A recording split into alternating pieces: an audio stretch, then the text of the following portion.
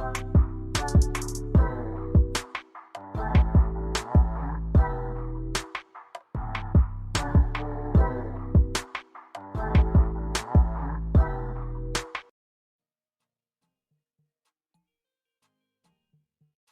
everyone, welcome back to our channel. And if you're new here, thank you so much for tuning in. Today, I wanted to talk to you guys a little bit about the type of thread that you're using.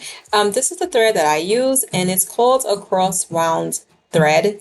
And I'm showing you here, I just want you guys to see the pattern of the thread and how the pattern is it's not like stacked evenly. The thread is kind of like just going like in a V shape, almost like a zigzag shape from the top to the bottom. That's what I'm just showing you guys here. Chances are you guys are using the same type of thread that I use. So I just wanted to show you guys this and how it should be feeding off of your machine. Here I'm just showing you the lighter thread. It's the thread that I use for my 613 here, just so you can get a better view of the pattern. And now I want to show you guys that this thread, it should be feeding from the top of the spool. The spool should not be moving or turning when the thread is feeding off of it. And I'm going to show you what I mean by that. Here I have my brother machine, but before I put the thread on there, I'm going to go ahead and put it on my Singer machine.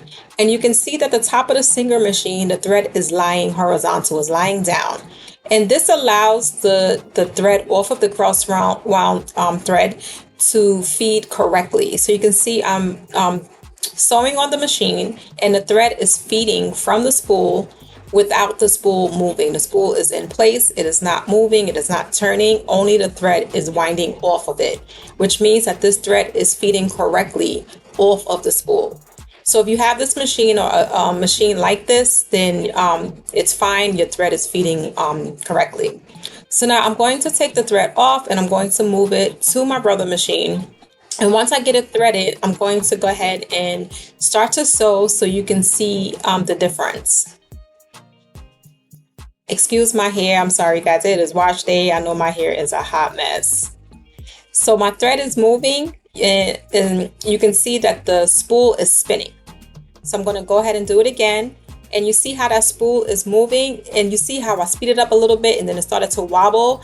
This is not good. It's not feeding correctly on this machine. And I'm going to show you what you need to do to fix that. So here I have a thread stand or a thread holder. I'm sure you guys have probably seen this, and I know a lot of people think that it's only just used if you have big spools, but it's also used for when you have a machine like this that your thread is not lying horizontal. This will help the thread feed correctly off of the cross wound thread onto your machine. So I'm going to go ahead and set it up. And I'm going to take the spool, put it down on the bottom, and then I'm just going to take the thread and just feed it through that little hook right there. And that's all you need to do for it. That's it. Then after that, all you do is just take the thread and normally thread your machine. So I'm just going to take a moment and just move the stand behind my machine so I can thread my machine correctly, and then I'll be right back. Okay, so now that I have everything hooked on, I'm going to go ahead and start to sew.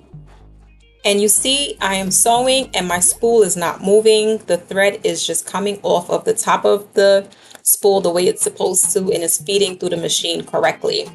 All right, so if you have this type of machine and you was having an issue with the thread on the top, this is probably what it is. And all you need to do is just get a thread holder or a thread stand.